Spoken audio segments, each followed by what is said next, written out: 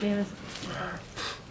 And that new pitcher is starting when they called. I was there Thursday night, and they called him up from Iowa that day. And he's starting to.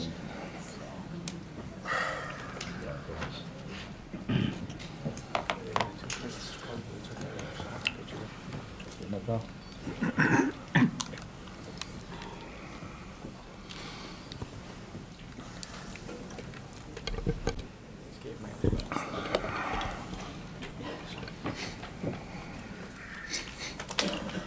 It's 5:30, should we go?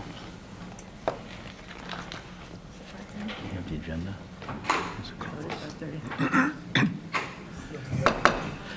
Okay, this is the special meeting of the Joliet City Council for June 24th, 2018 at 5:30 p.m.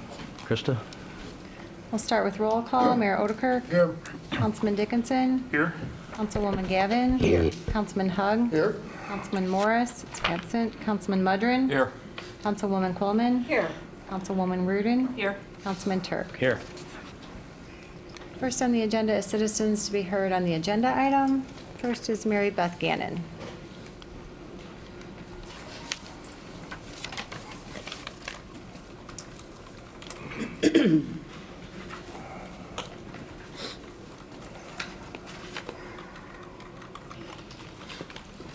Hello, I have several questions. I'd like to know, what is your budget for another interim city manager? How much extra is this going to cost the taxpayers? And how much are we going to be paying Jim Hock if he becomes interim city manager? Will the cost to have him come to Joliet be an open process?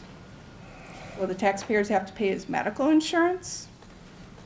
Do the taxpayers have to pay him to move here? Does Jim have to move to Joliet? Are the taxpayers paying his hotel or his apartment, his gas, his food? What's the plan if he decides to say no? How long is this going to take? I heard that the legislative committee was discussing the job description of the city manager position. Are there any job requirements for an interim city manager? Doesn't a revised job description need to be done before the council can fill an interim city manager position?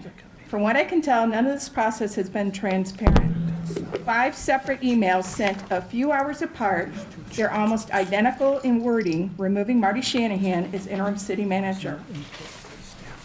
I've taken the liberty of contacting the Illinois Attorney General and filing an Open Meetings Act complaint. There is a request for review now on file. Just for your information, should the state agree, if you're found in violation of this, it's a $1,000 fine and up to 30 days in jail.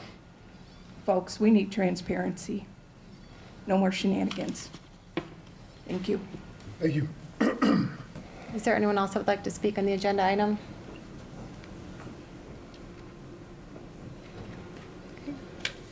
Seeing none, next is the discussion on the hiring of Jim Hock as interim city manager.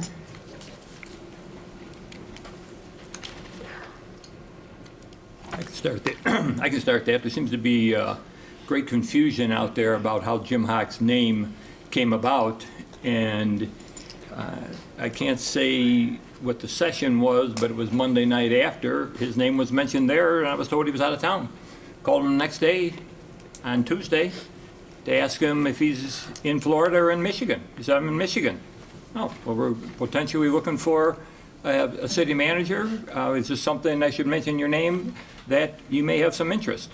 We had other council concerned about getting the economic development director back to his economic development director position as soon as possible, and other council concerned about they'd like to have somebody that understands the city of Joliet and everything we have going for us. I thought Hock would be a possibility that he could fill those roles because he has been here before. That's how I'd asked him if he had any interest. I guess I'll respond. I think your take on the executive session is accurate. I think what threw some people for a surprise or for a loop was when you presented the motion, you wanted to discuss hiring Jim Hock, not considering Jim Hock for the position, or, we've had no discussion about if we're gonna have an interview process for this, if we're gonna open this up, it's probably what we should do tonight. But if there was confusion, it probably was the way that your motion was worded. It appeared to me like it was a done deal, that you had made the phone call and you had lined this up and it was gonna happen. I think that Councilman Morris's comments reflected that too, when he said he wasn't coming. He said it didn't matter because you had the 5 votes. So I don't think I was the only one that had that impression. Is Jim Hawk here? Was he invited? I don't know, you tell me. You had the conversation with him, I didn't. I asked him if he would consider the position. Without consensus of the city council. You are right, Councilman Mudrin, that you did briefly mention it, and several people said that they believe he may be in Florida. Nobody was sure. You still didn't have council consensus to be the tip of the spear to go out and get him. Question I have is, there's so much discussion about whether or not the 5 emails are the same. If the majority vote of 5 people had communicated, as the one citizen just indicated outside of open meetings. If you weren't sure by having huddled together that he was going to be voted out, Marty was going to be voted out that night, why did you call Jim in the morning instead of after the vote? You must have known he was going to be voted out, right? Absolutely not. Then why did you call him before the vote? We've had conversation for 6 weeks plus about opening up the process and why it would be a problem for current employees to open up the process because this individual would actually work for them. Okay. My question is, why did you call Why not? an outside candidate before the vote to dismiss the current interim, before it was set in stone? Did you know he was going to be voted out that night? Absolutely not. I don't know anything till the vote comes, Larry. So why didn't you call him Wednesday morning? Why wait? Because you weren't sure he was going to be voted out. And I didn't offer anybody a job. We don't know what happened in the conversation, because it was a private conversation between you and him, did not include the rest of the council, before or after, or during. I wasn't involved in your conversation with him either. That was after you had called him inappropriate. I called him Wednesday morning and told him, I can't support you, Jim. I don't feel I was inappropriate. Okay, fair enough. Well, I guess, I mean, we'll open up for discussion. I don't know if we're going to consider a hiring process or simply hire Mr. Hawk. Obviously capable for the job, but so is Mr. Shanahan. So I don't know why Marty Shanahan would have to reapply for a job, and we wouldn't do it for another former city manager. It seems inconsistent, and that's my opinion. Don, you can start the conversation. What do you think? Well, I think that, Jim has done this job before, as Marty has, like you've said. But, I've never had the chance to work with Jim, but I've seen his work, and I think he's more than capable. I don't have a problem interviewing him. I don't have a problem hiring him. I have, excuse me, I have had the opportunity to work with Mr. Hawk. When the name appeared, I had no problem with his name. I still have no problem with opening up the process. I thought that I was under the impression during the courses of our conversation that our deputy city manager would be able to slide right in. Succession to me was okay. He then indicated that he doesn't want to do it for a long period of time, which I don't blame him. This is not his cup of tea right now. No disrespect, Steve, but it wasn't your cup of tea. So to have somebody who was familiar with the workings of Joliet, a lot of the things that were given as accomplishments to Mr. Shanahan was fair, but that accomplishment should have went to Jim Hawk as well as city staff. And so I have no problem with opening the process, interviewing Mr. Hawk, or bringing somebody else in. My whole thing from the beginning was to have an open process for the city's top job. That was it. And if I can just, Mayor, if you will allow me to add just a little commentary. Sure. I am so disappointed. I'm disappointed in my city leaders, which includes myself, which includes, so I'm into this. I am so disappointed. I don't know where I got the impression that I lived in a democracy. And in that democracy, we all have opinions, and we state those opinions. But it seems to me that the comments and the things that are going on over these past few weeks about this has brought out the vitriol in people. And I say that because I've been a target of that. This concerns me. This concerns me when we cannot agree or disagree without being disagreeable. This to me is crazy. It's crazy. We're talking about the city's most top position. And when questioned about that position, then I've got to be, if I question anything about that, now I was told that we as council people could not be involved in the hiring and the firing process. Okay, to me, was a little bit amazing, but I said, okay, but I still can question. And when I questioned, that was when all of a sudden I was being interrogated. I was like being lied on, lied to. This is not right, people. This is not right. We can disagree without being disagreeable. All we call for is an open process. That's all I call for. Now I've been labeled with the, and no disrespect, Councilman Mudron, I love you to death. I love you to life. But Mudron 5, I'd much rather it be Gavin 1. Because I speak for me in this whole entire process. So I believe that we can still get through this process without being called council wars, because we don't agree. We have been through things that all of us didn't agree on, but we worked through it and we made things happen, and the city is growing and the city is getting better for all of our residents. And so that is my concern in this process. So however, and I said this from day one, however we do an open process, that's fine. If Mr. Hogg wants to come and just step in temporarily, I don't know what, we would have to set some guidelines as to what that would look like, what that would cost.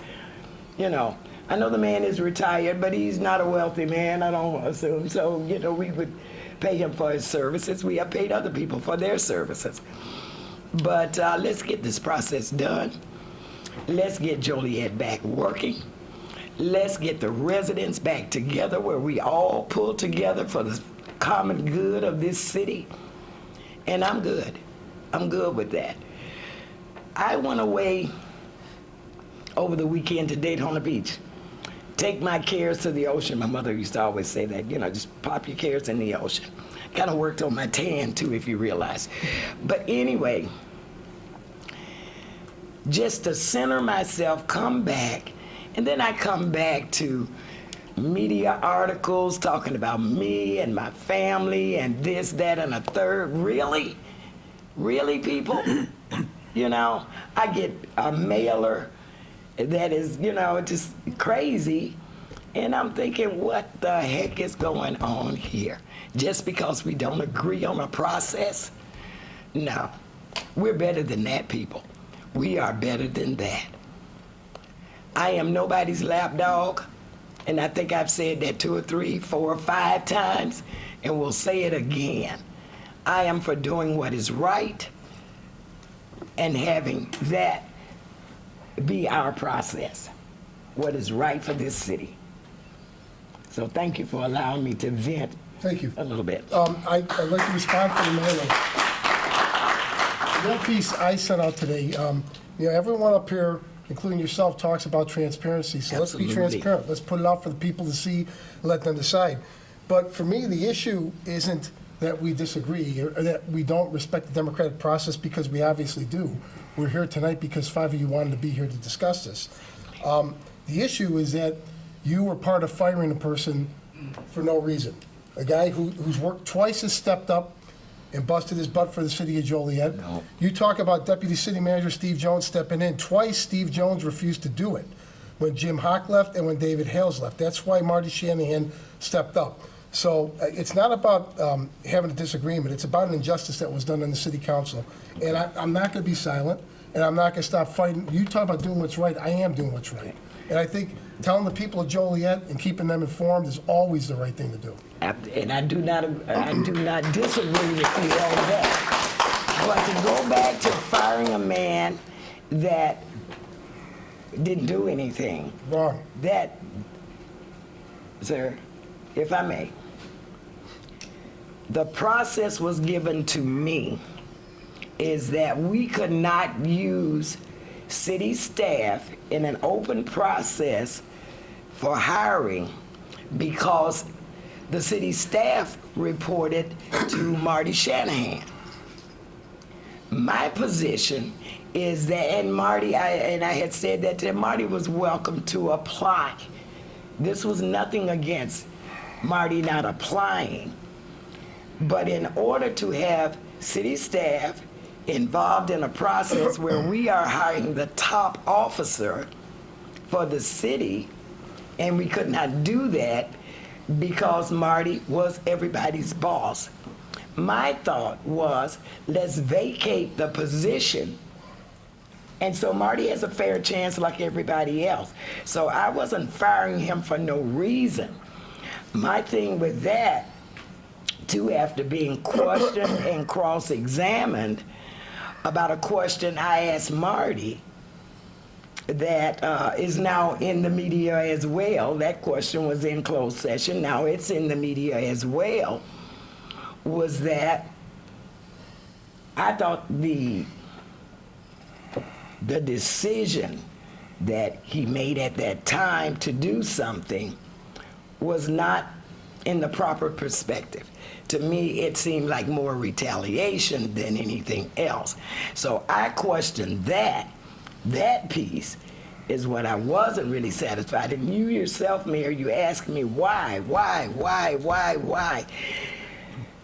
this? Why that? If you want to talk about what's said in executive session, I'm going to talk about the things you said, the names you called him. If you want to have that conversation, continue. The names I called him, I can repeat the names I called him. Okay. If I called him a name, I would certainly tell him that. I don't have to tell in closed session or out here or what.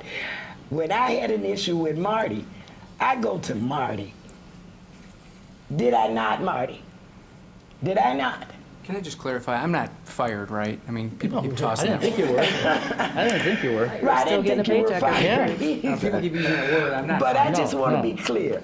If I've got something with anybody in this room, I am coming to you. We can agree or we can disagree. That's not a problem. But I've been accused of being a leaker by Mr. Hugg, okay?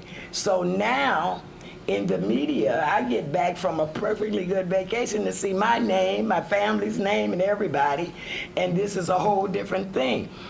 And that was said in closed session. So I just want to let's be transparent. Let's talk about it. We don't have to argue about it. We're not going to fight about it. We are just going to get the information out, get it clear, and I'm good. I'm good. So. I'd like to respond again. Again, where I take issue with it. Because you're right, we did talk about, I brought the subject up about how with Marty working as a city manager, how staff would be conflicted, that the HR director can't run the process because the HR director answers to Marty. It's not fair to the candidates. We talked about that right here, not behind closed doors. And we decided right here that I was going to form a 3-person committee and that the council committee would do the work that normally staff did. Councilman Hugg talked about hiring an outside person to oversee the operation. So that was all discussed. And at that meeting, I don't believe you ever said a word in objection to that, nor did you, Councilman Mudry, nor I did you, had no Councilman objection Dickinson. to it. You're Councilman absolutely correct. Turk and I remember you were part of the exchange, Councilwoman Quillen, you were, Councilman Hugg. So when you don't raise an objection to something that's decided in public, in front of the people, and then 6 days later, magically, on a Wednesday afternoon, all 5 of the same emails come in completely overturning what we had already decided we were going to do, yeah, it does raise, it raises flags with me. And again, that certainly alerted me that there was something wrong here. When we can't have a public discussion and people sit here and say nothing, but then are creeping around behind closed doors and maneuvering, there's something wrong. And I think, again, I don't think it's just me. I think 4 veteran council people see it. I won't speak for Councilwoman Krumman or Morris or Hug. We've been through this before. We've been through this nonsense before. So it's not our first time around. I think that's the reason why 4 of the older people on this council are all objecting to what happened. But again, that is accurate. When we talked about this in a public forum, neither you, Councilman Dickinson, or Councilman Mudron raised any objection to that idea. That's because I had no objection to the committee. I had no objection to the committee. And before we can get to the next meeting, you sent emails saying to fire him, to remove him from the city manager Remove position. him, and I told you why I did that. I explained to you and this whole council why I did that. Because of my opinion, when things are not, when lies are being told and things are not as transparent and not, you know, I don't, maybe that's a different word I need to use, but anyway, when that came to me, and you asked me yourself, you said where and why, and I told you where and why. I told everybody on this council where and I don't know what why. you're talking about. I'm sorry. I don't know what you're talking about. Really, Mayor? Yes. Larry, Jan, do you know what she's speaking about? Mike? I'm curious what lies. Well, I don't know. all I know is you said it, well, no, maybe this was after on, never mind. This was later on, never mind. I know you told me at the time you had not met with Mr. Shanahan about the what you were objecting to. And I don't believe you ever did meet with him. You sent the email and you voted to terminate it. You I'm never met talking with him. before the email when I went in our last closed session. And I This is felt Monday? like I was being kind of interrogated because you asked me what made me change my mind. Did you not ask me that? We can go, as they say, to the tape. We can have the tape, yeah. But I'm saying, did you not ask me, why did you change your mind? What And I asked Marty a question. I asked the question to Marty. And I said, in this question that I asked him, and he knows very well the question that I asked, and I said, well, what happened? Or did you not say that because I can? You remember that conversation? I do, yes. Okay, Yes. all right. So that is what caused me to send my letter. Okay. And I don't know about anybody else's letter. Well, this was Monday. The letter had been sent the previous Wednesday. Yeah, because that had happened before. That had happened that Wednesday. And you asked me at our last closed session what made me change to send the letter.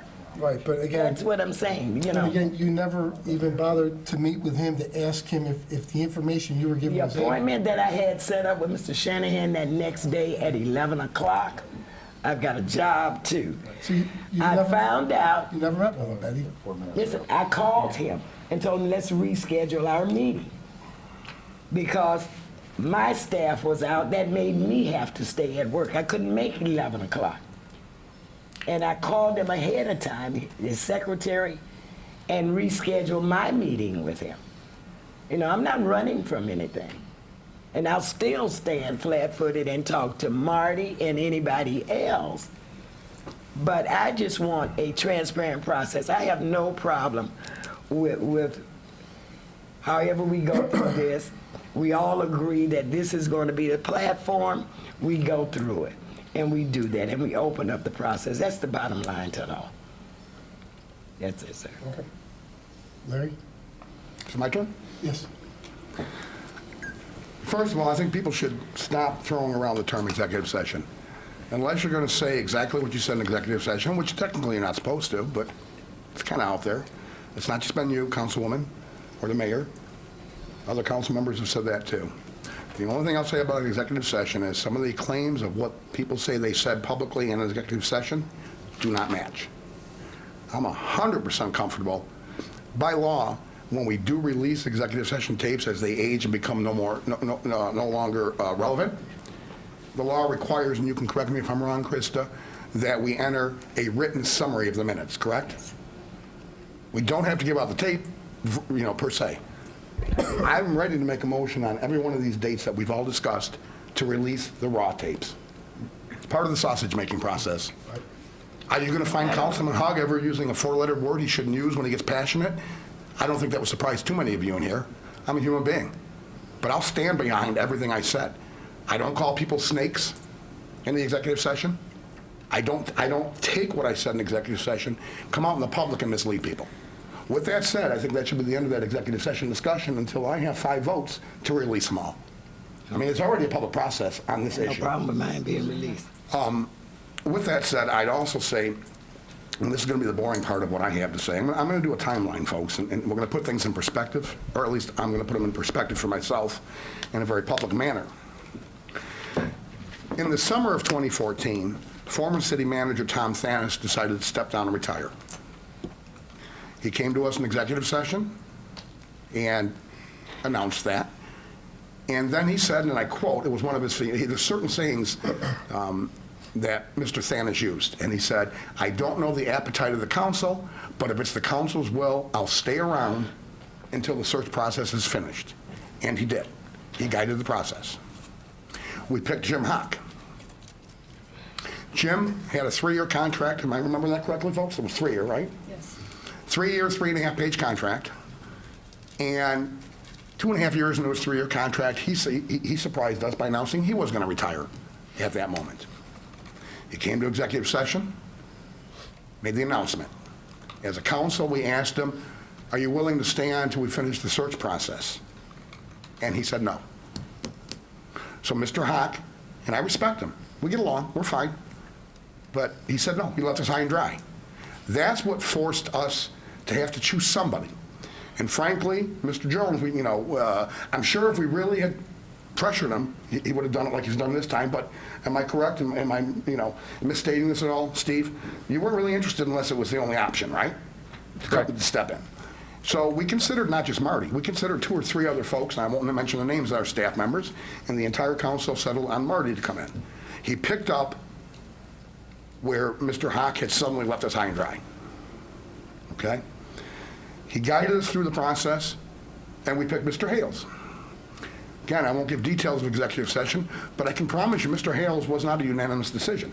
I'll let somebody else say who it was, but somebody did vote against Mr. Hales and didn't have him on the final list, and it was a 7-1 vote.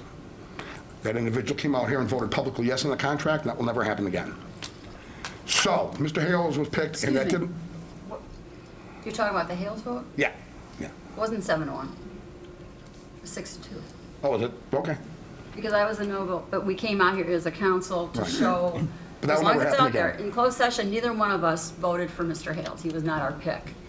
But to show unity, we made a unanimous decision to hire Mr. Hales.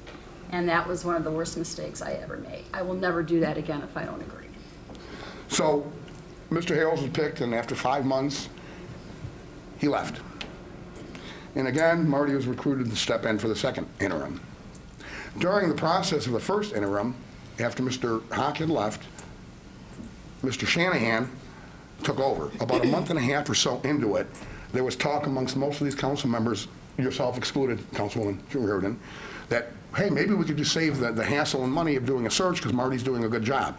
Truth be told, and I think Marty will reaffirm this, I said, a month and a half's not long enough. I'm not ready to just announce him as permanent. He's got to cut his teeth, prove himself. So, and it didn't go anywhere. And we finished the process, got Mr. Hales. Mr. Hales left. In the second tour of duty, Marty had won me over. The things I needed for economic development, the things I needed for my district, the things I needed him to do as city manager, he did. How everybody else's relationship is with him, any other staff member, or any member of this council is none of my business. He served me properly and professionally. So he's in his second tour of duty. Everybody, I think Councilman Turk said the other night, he was ready to vote him in October. Am I quoting you correctly, Mike? Yes. Okay, so something changed. So this changed after the first meeting. The first meeting in May on the timeline, we didn't do anything because we never do when it's the election year. It's the ceremonial meetings, correct? right? Cake, go out for dinner, whatever people do when they get elected. So there was a little bit, I think, if I remember right, conversation possibly in that first meeting. The mayor had suggested that we wait until Councilwoman Reardon, out of respect for her, was sworn in, and we did. Then, the second meeting in May, I was unavailable to attend because I was doing the city's business at a convention with a staff member.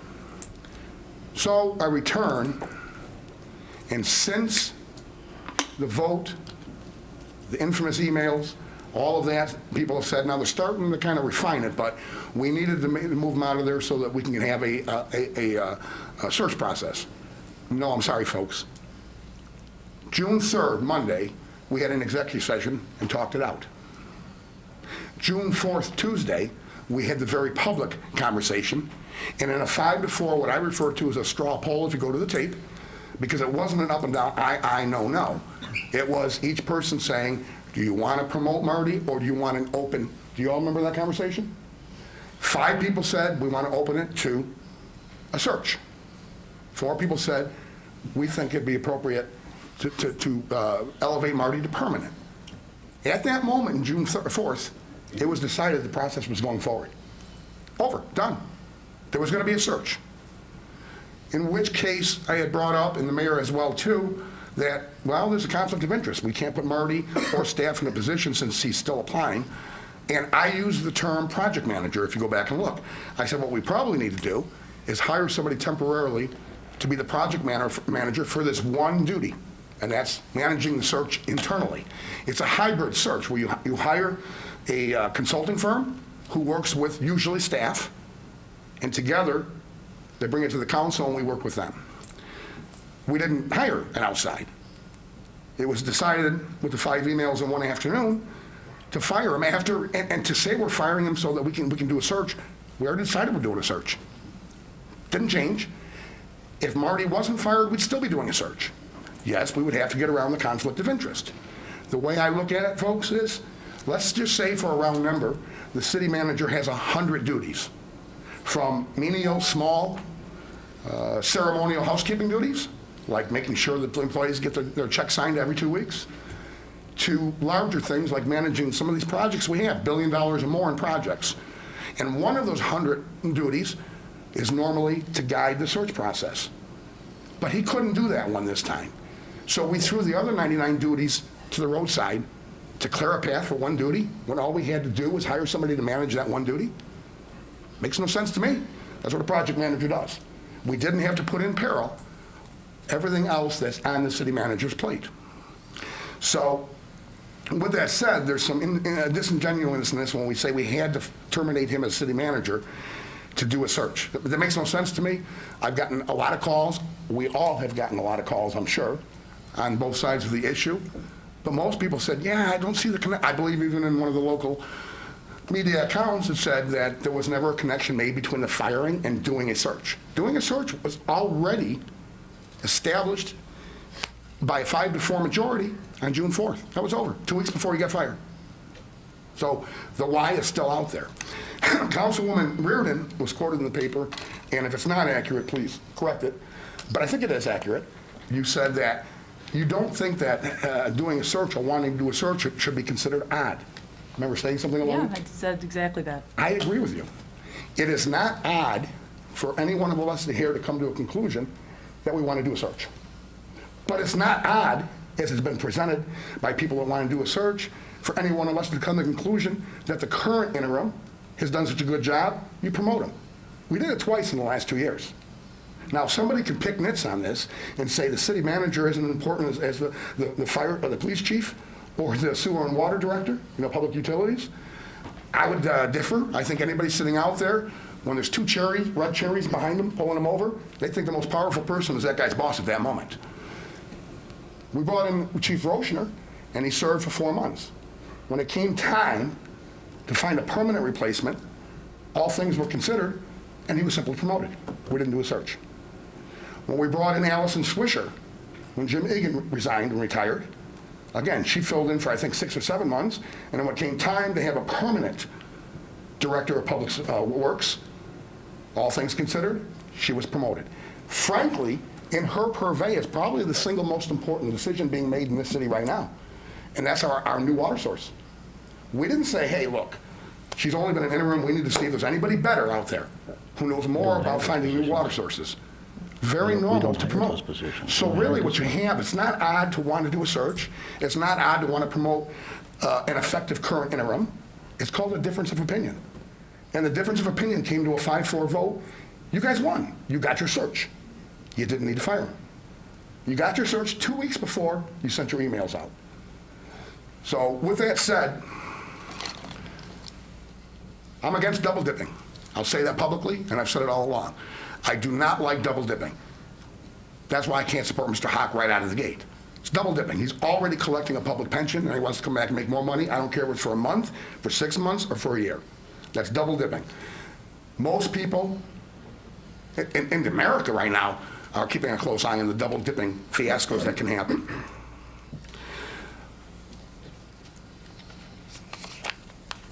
Also, he didn't honor his 3-year contract, folks. He got out 6 months early. He got out of Dodge. And when we told him he was, you're making it difficult, can you stay, be a lot easier if you stay behind just till we finish the search, he flatly refused. Politely, because Jim is that way. He's a class act who's polite, but doesn't mean I agree with him. So again, if we were to bring him into the search, and this search is going to take on average 6 months, it has the last 2 times I've been involved. If something happens, like whatever provoked him to leave last time before the job was finished, I'm not confident that he'll stay here for the whole 6 months if something else happens. So I don't think that we should be considering him. And that's why I had the conversation, Councilman Mudrin, was to let him know exactly what I was going to say tonight, because I don't believe in blindsiding and sending secret emails. I go right to the person. My contact with him was not inappropriate. He actually said, you're the only council person that's reached out to me so far. I said, no, I'm the only councilman that reached out appropriately because you were our current interim was voted out last night. I'm reaching out because you were inappropriately reached out to by a member of the council, and now I got to see what the damage is. I have no idea what you're talking about. You're saying, trust me, Larry. Well, that's up to me to decide if I trust what you, there's no tape of it, there's no minutes like we normally, there's nothing. So, with that said, I think I've said enough for just now. But as far as Jim Hawk, he did an adequate job when he was here. Again, this goes back, and I won't say who said what. I'll be frank, he did an adequate job. He was a career bureaucrat who did hold it together well, okay? Frankly, he was a compromise. There were certain people at the time that wanted a couple of people that were local, that were friends of theirs to be city manager. There was me, and I was able to get 3 other votes, 4 votes, that wanted a young man, I say young man, in his late 30s, I think he was almost 40, who had 13 years experience with the Department of Justice with the feds, headed up a portion of the office in Chicago that focused on corporate and municipal fraud. That scared a lot of people. That was my guy. I got a lot of calls when they found out I was backing them, and I had 3 other votes. I'll let them come forward if they want. Neither one had the 5 votes necessary to get their person in. Family friend, U.S. Department of Justice attorney. We couldn't. Mr. Hawk was the compromise because he had a good, solid track record as a city manager and, as a public professional bureaucrat. But right now, this is not the time to bring him back. Again, I am completely against double dipping. That's all I have for now, Mayor. Yeah, one thing I think I should correct. I do think he finished his 3-year contract. I think it was the 4th year that he did not complete. Actually, we had a 4-year contract instead of 3. I remember he didn't finish the entire thing. I think he finished the contract, but we didn't re-up. We just kept it like at will going forward. Okay. And I think you're very spoke. Just want to say one thing. Sure. Larry, was that a motion to release the tapes from closed session? I didn't release them. I want to. I'll make a motion. Will you second it? I think we need to Second. take a look at these things first. There's personnel, there's all kinds of information on that, especially personnel matters. I mean, we're talking about city employees. And it's not on the agenda as an action item tonight, so even if there was the will to do it, you can't do it tonight. Well, I think we need to have it on the next agenda. What dates do you want? Well, I suppose we'd have to have the dates, including this most recent process, including the process when Mr. Hawk was hired, and including the process when Mr. Hales was hired. That's a lot of research. Jan? done? Yeah. Oh, okay. Just a couple of things. You know, I'm so sick of this word transparency because it doesn't always happen. People want to do it when it's convenient, but it doesn't seem to be the way things are going. I personally, I'm not talking for the council, I'm talking for myself. I felt totally blindsided by you, Mr. Mudron, when you brought up Mr. Hawk. I was like, whoa. Because you had every opportunity to talk about that in the night before in the closed session, and we could have discussed it. But here I am sitting here, and then I'm getting these calls, hire Mr. Hawk, don't hire Mr. Hawk. And I'm like, I haven't even talked to Mr. Hawk. So I did not appreciate that, okay? Just telling you as a fellow council person. As far as everything goes, I've said my piece several times about Mr. Shanahan. But in the end, you know, all this talk about Mudron 5 and the 4 and the council wars back and forth, back and forth. I did try to table this last week when things were getting heated. I'm just going to remind people again. I wanted to do that so that we could stop, take a breath, regroup, and maybe come to a compromise, because the whole Jim Hawk thing came out of nowhere. But it was outvoted. So, you know, I'm at a point now, let's move forward. We had the legislative committee meeting last week, and everyone has a copy today of the tentative, not everybody, but the council, of the tentative job description that we talked about at land use. Unfortunately, Mr. Dickinson was not at the meeting. It was myself and Mr. Morris, and we hashed over. My daughter's in the process of moving. Well, I understand. I just want to make that clear, okay? Yeah, no, I just want to make it clear. I don't want to be accused was we in the didn't wait process for of you, moving. or we went on without you, and I even asked for a copy of the email that you sent, just for the record, so people would know why you weren't there. And so we went over the description. Everybody has it today, but it has to come back to council on July 1st to be on the agenda and to be approved. So that's where we are in this process, because as the mayor said, we did come to a consensus to move forward and post the position. And then everybody knows, I'm not going to rehash everything that was just said here, but everybody knows what happened after that. My grandma used to tell me, patience is a virtue. But apparently, people want things to move pretty quickly around here, and we cannot. So let's move on with the process, and hopefully we can come together. Thank you. Well, you know, I agree with so many different parts of what people have said, but, you know, I was in all of these meetings as well, and, you know, we've done it. We've voted to open this process up. We have removed Mr. Shanahan as interim.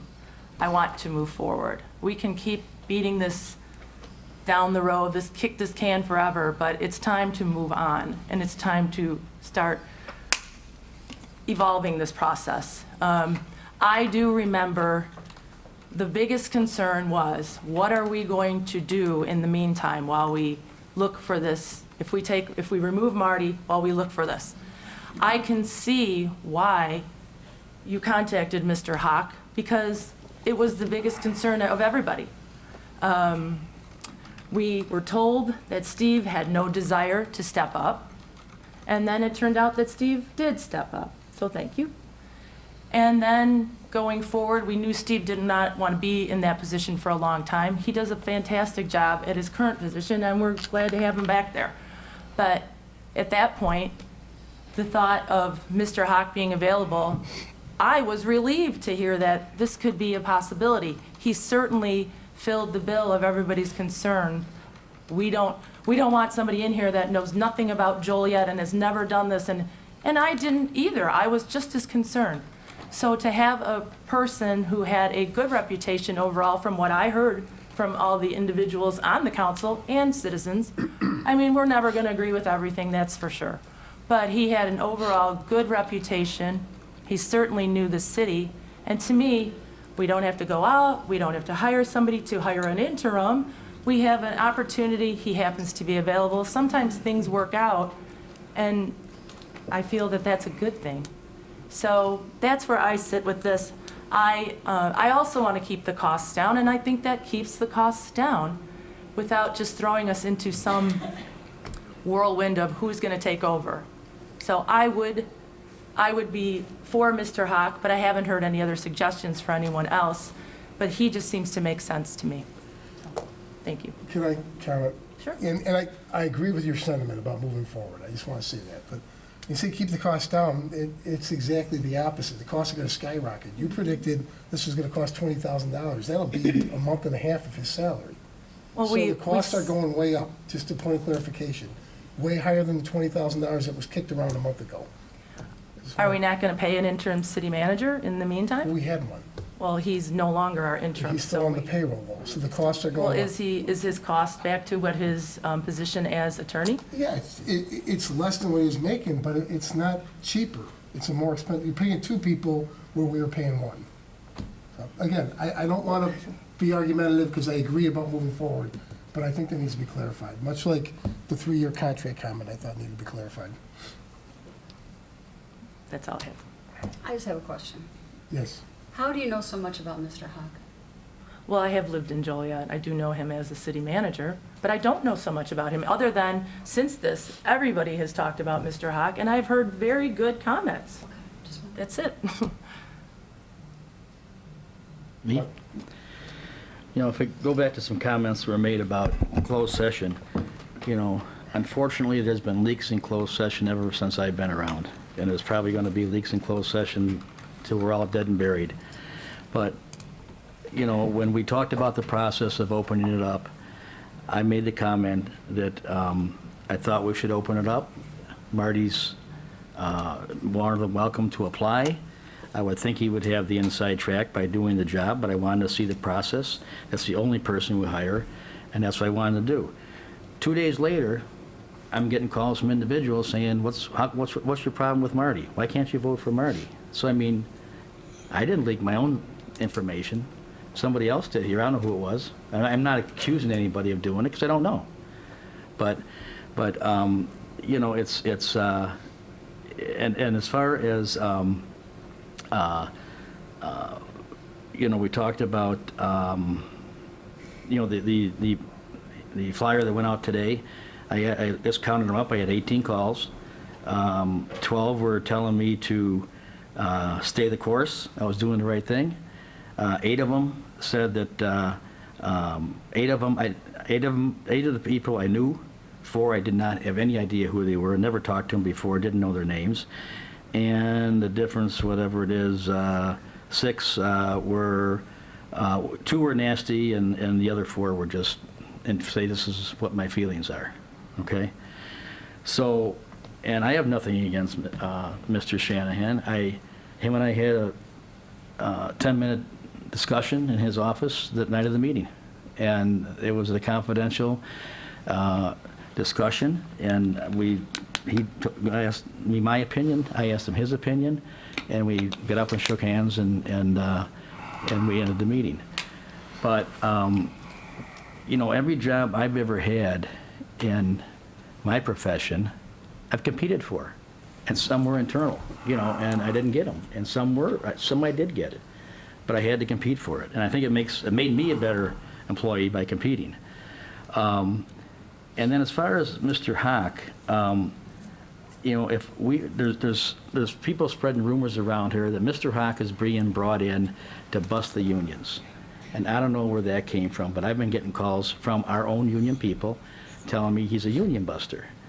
And my comment was to a couple of these people, you know, you've known me a long time, and I know you'd have to ask me the question, but please don't entertain that. If you entertaining that thought that that's what I'm going to do, you don't know me, because I've got a track record of voting union.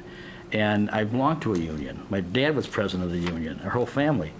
So I don't, you know, somebody's scaring the union saying this is going to happen. So if Mr. Hawk was going to be considered, my recommendation would be to go into closed session, put him on a speakerphone. I want to ask him, are you coming in to bust the unions?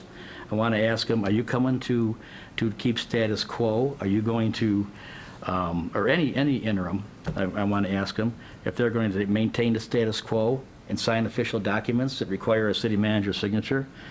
I want to ask them what he expects as far as compensation. We don't know right now what he expects. And then make a decision. But, you know, I mean, this thing has gotten way too personal. I got a call from, I won't say that, but some people that, no, I don't, you know, I just don't understand why people cannot professionally disagree and leave it here at the dais and move on. You know, if any one of you on the four, and it's not a Mudron 5, you know, it's 5 people that came together that had the same opinion. And the next vote on anything else is probably going to be unanimous. Or if any one of you 4 that I serve with that had the other opinion, you know, if you had an idea that was great for the city, I'd jump right on it. So there's nothing personal, as far as I'm concerned, with this going on. And, you know, I just think that we need to all just get together, and if Marty does apply for city manager, he'll get a fair interview as well as anybody else that applies, internally or externally. That's it. Okay, well, briefly, just what I said. Before you get started, can I just make a comment Yeah. along those same lines? I'm sorry Yeah. to interrupt. Councilman Turk is right, and I had several of those phone calls and emails as well, and I talked personally to every one of them, except for a couple I couldn't get a hold of. But just to say, it's like the old game telephone. You know, you start down here, by the time you get down there, it's an entirely different story. A lot of people didn't watch the council meeting. A lot of people don't read the newspaper. They just go by what they hear, or they make up stories as they go along. So I'm getting these calls, and I'm getting yelled at by some folks, and I'm like, okay, let's get the facts straight. Now, first of all, did you watch any of the meetings? No, so-and-so told me. Okay, wrong answer there, because that's not what happened. Did you watch the second council meeting on Tuesday? Well, no. I said, okay, I would urge you to go back, watch the meetings thoroughly. You get them on YouTube, you get them on Joliet Channel 6, and under agendas, go to videos on our city website. I said, after you watch those meetings, then call me and see if you have those same questions, and we'll talk about it. Because one person, she says, I always liked you, but I disagree with you on this one. I'm like, okay, did you watch the meeting? Well, no. So basically, she said, I'm going to get you that, I'm going to watch it now, but she has not called me back as of this afternoon. But I just want to put that out there. People take things, they read things, they get turned around. A lot of things in newspapers and social media are not totally accurate. So before you call me and blast me away, which is fine, you know, I'm not perfect, please watch the meetings and then form your opinions. That's what I wanted to say. Yeah, I missed one thing. You know, back when we were looking for a city manager some years ago, when John Messer retired, it's something similar to what you thought about as far as having a 3-person committee. And I was on that committee. I thought Jan was, but she said no, so. I just don't remember, it was so long ago. And I don't know, I remember who else was there. But we did it ourselves. All the resumes went to our Human Resources Director, Mike Supan. It wasn't a conflict. He gathered all the resumes, and at the end of the time period that was advertised, he gave them to the committee. You know, and on my own, the whole weekend I spent going through resumes, and some people clearly aren't qualified to position. You could eliminate them right away. So I pulled out 6. Our job duty was to pull out 6 and bring them to the meeting, and the other members of the committee did the same thing. And we handled it ourselves. And at the time, Mr. Thanos was working for Harris as our corporation counsel, and we decided it was going to be Mr. Thanos, and we chose him. And I know I'm going to ruffle some feathers with this comment, but I got to say, I worked with, and this is no dig at any other city manager, but I worked with John Messer and I worked with Tom Thanos, and there weren't 2 finer city managers that I ever worked with. That's it. Yeah, yes. Don't you want to go? No, go ahead. Right. Well, it's flowing. Really, the primary reason we're here is to figure out who the interim to the interim is going to be. And right now, it was sprung on us by Councilman Mudron that it would be Jim Hock. What Which leads me to a question. I don't know if it was a gotcha moment, Pat. Well, what did you talk about when you talked to Mr. Hawk, Larry? Remember saying that earlier? How'd you know I talked to him? I just talked to Jim Hawk once. Nobody else knew I called him. I talked to Jim Hawk. More than once, apparently. Yes. Okay. Now, moving on. You made a good point, Councilman I Turk. called him to verify he was in Michigan. In case No, I I'm talking missed about that. after that. Yeah, I did. I recalled him. I said, I want to make sure I heard this right, because I'm being told that you're in Florida. He said, absolutely not. I'm in Michigan. I says, okay. No, at Tuesday's meeting, when you made your announcement, you affirmed to us that he was in Michigan. You already checked that. And I called him Wednesday. I called him after you, obviously, on Wednesday, and asked him, I want to make sure I got my story straight here. You are in Michigan, Jim, and you are willing to come back if we can work out the arrangement and finances and everything else. Yeah, So you've had multiple conversations. Thank you. two. About the leagues, you're absolutely right. And, so there's two things going on here. Let's get to it. I'm a little concerned. You said, Mike, that you wanted to ask, and you gave a list of 4 or 5 questions. And you let the public know, those watching, it'll be in the newspaper, what your questions are going to be. But you want to move it back into an executive session now that you've announced your questions, and so they'll never know what the answers are. Well, Wouldn't it be better to be public? I think they would, by the way I vote. I'm not going to vote for anybody that those questions I asked doesn't commit to, that gives me the right answer.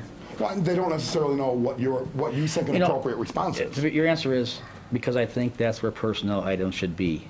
It's not hiding anything. For centuries, personnel issues have stayed in closed session, and I think that's where they belong. Except for Marty's. I'm sure Marty isn't real comfortable sitting here having this all discussed. I'm sure he isn't. But this part of the meeting has to be open. But personnel items, anything like that, should stay in closed session. And I will admit to anything I say in closed session. So you would be a third vote to release the tapes, not just a summary, the actual tapes. I don't know. It depends, because if there's sensitive stuff on there that may embarrass an employee, then I don't know if I do that. On the tapes I'm referring to, there's not. Or if it's So going to, anything I said, it can be released. or if it's going to open up to litigation about a staff situation, Yes. then I'd have to think twice. So I don't know until I hear the tapes. I'm not embarrassed about anything I said in closed session. Then I have the My wife knows most of the stuff I say in other closed question I session. have is, and maybe it was just, Come on up. the other question No. the other question I have, and I don't know how accurate it is, but it doesn't matter which media outlet. There was a media outlet that wrote a story and said that everything they talked about on Tuesday was already talked about Monday evening in executive session, so Tuesday was grandstanding. How would that person know what was talked about on Monday night? I can't answer that. Wasn't me. I have no clue. I can't answer that. So with that said, also, I have this freaky obsession with the truth. I know some people don't, but I do. And it gets under my skin like a pet peeve when people reinvent history or gloss over something that's extremely important but inaccurate. We keep going back to, several of you keep going back to, we fired him on the 18th so that we could vote on the 4th to open up the process. We already voted on it. The firing wasn't necessary. We opened the process on June 4th. It was over. And everybody keeps saying, well, we fired him so that we could have open up the process. No, that was already decided. So the answer of why he was fired, that doesn't make sense. We fired him on the 18th so that we can vote on the 4th. No. Wait. Not fired. You know what? I don't even know when City Hall paycheck comes out, because I don't get the paycheck. When's payday at City Hall? Is it last Friday? It's every other week. Okay. You get a check, Marty? Got a check. You're not fired. I'm still here. Yeah, you're This still here. works. You're not fired. Well, Mike, your sarcasm is well intended and well taken by me. Termination is in the exact Yes. wording of your Yes. emails. Yes. You didn't say demotion, you said termination. Termination as Termination is a Acting. synonym for fired. Look it up. as acting city manager. We So cannot. don't take nits on that. We don't have the authority to hire or fire anybody but. And or he was demote, fired or demote, as city manager. Or demote anybody but the city manager. He was fired as city manager, so for you to take umbrage from me using the term fired, I didn't say fired. you got And- termination? Are we Right, picking nits? well, yeah, we are nitpicking. Let's look at Hey, this. I don't have the intelligence to use those kind of words. Well, You know. I didn't say it. No, I think you did. No, didn't. That was misquoted then. But, we got to be clear on that. Nothing we did on the 18th made June 18th, made June 4th possible. June 4th comes before the 18th. It was already done. That's all I have to say, Mayor. Thank you. Regarding the executive session leaks, look, I've been here over 8 years, and, we all have our stories. I was set up at one point. I was kind of laughing on the phone because I knew it was a setup. I don't mind the leaks. I just don't like when people lie about things that I didn't say in executive session. So that's always been my biggest beef, is having people come back to me accusing me of saying things that I didn't say. And that seems to happen frequently. Mike, you talked about people taking this way too personal or saying you don't know why we can't professionally disagree. Again, I don't know who's guilty of that. It seems like you're trying to insinuate that the 4 people who have a different point of view of you have been unprofessional or taking it personal. That's not the case. Okay. But I think it's been pointed out tonight and at the last meeting, there are things that don't add up. And I don't want to reiterate, but when we sat here and publicly talked about putting together a committee, and the council agreed with it, or no one disagreed, stepped up and said, no, I have a problem with that process, we need to remove the city manager, that was the time to have that conversation. So the way this was done, and we can't go backwards, and there's no such beating it to death, the way it was done was wrong, and it certainly has created a lot of bad feelings amongst some of us in the council. Absolutely. And I wasn't targeting the other 4. What I was targeting was that, I'm speaking for myself, I don't take it personal. When I have a beer tonight, we'll go.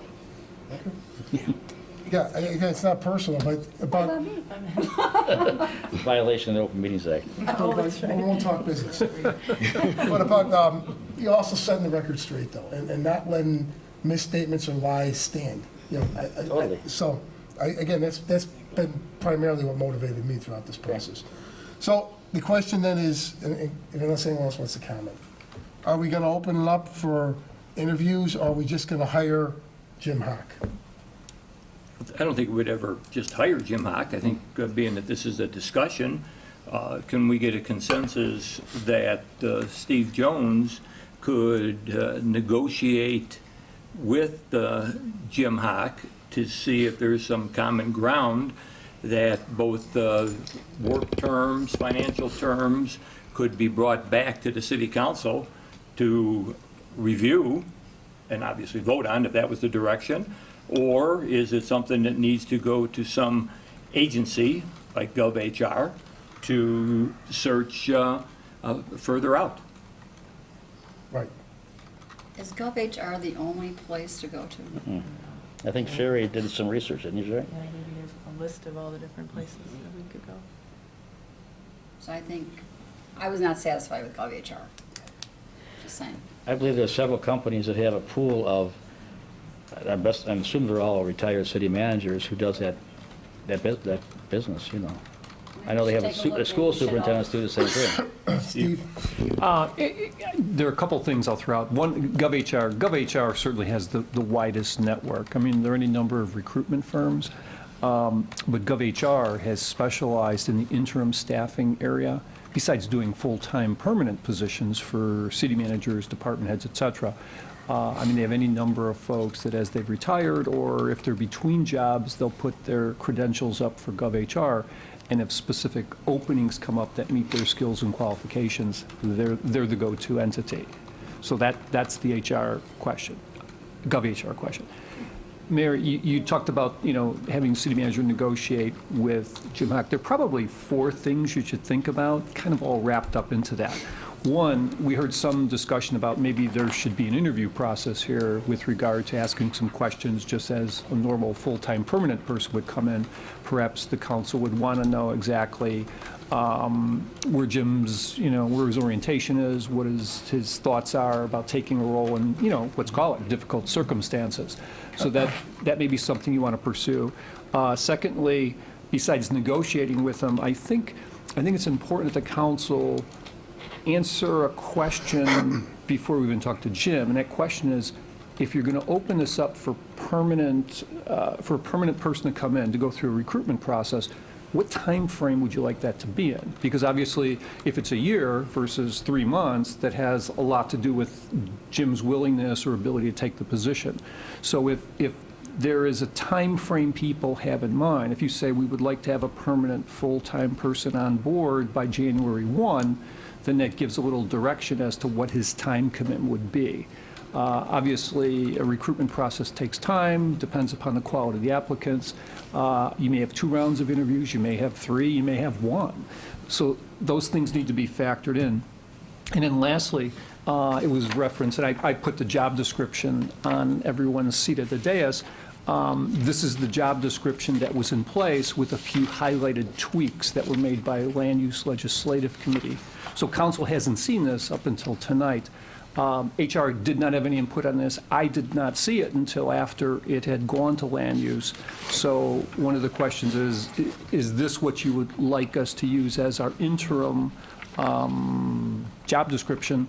Or, informally, do you want to make changes, or do you want to actually have this thing adopted at the next council meeting or amended at the next council meeting prior to? So I've probably thrown out more than 4 things, but I think it's all packaged in because the willingness and ability for someone to take on a role like this, there's probably a little more information that's needed that I really wouldn't be able to provide. Just to clarify, it's not just for the interim city manager, it's also the city manager. Oh, correct, sorry. post- Yeah, thank you for that clarification. Job description. So it has both of them in here. But again, the council has not voted on these couple of changes that we made. Basically, Chris Regis was here and we went over the old job description and we made a couple of tweaks because we never had to do an interim city manager hire before. So take that into consideration when you're looking at this. It's just the city manager position and then a couple of tweaks for the interim. But now, what you're telling me is it's going to take 6 months so we can choose an interim and then probably another 6 months to a year to hire a permanent. No, let me rephrase that. I mean, you could start, if your goal is to have somebody on staff, to have the whole position filled, let's say by January, then we need to get started now with regard to the recruitment. If you look at this as, hey, let's start the budget process, let's get a little bit of momentum under the interim, then we'll start the recruitment, you're probably talking March next year. I mean, the recruitment's from the recruitment process where you first put a job ad out or use a firm to the point where someone's sitting in the chair, you're talking 6 to 7 months. There's the process that we have to take, and then in a lot of cases, if not most cases, they're going to have to give 2 months' notice at their current employer to make sure that that transition works out well.